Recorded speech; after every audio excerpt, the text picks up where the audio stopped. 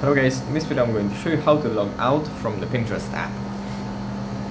First we have to open up the app, and here it opens up in the home menu. From here we just go into the profile menu, and then we scroll down, and under login we have logout. And that's basically it. You just have to tap on logout, and then you are logged out from the app, and then you are done.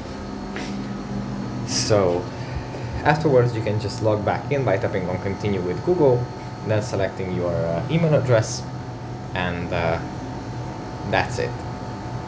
That's how easy it is to do it. But yeah, I guess that's pretty much it for this video. I hope it was helpful for you guys, and I'll see you in the next one. Bye.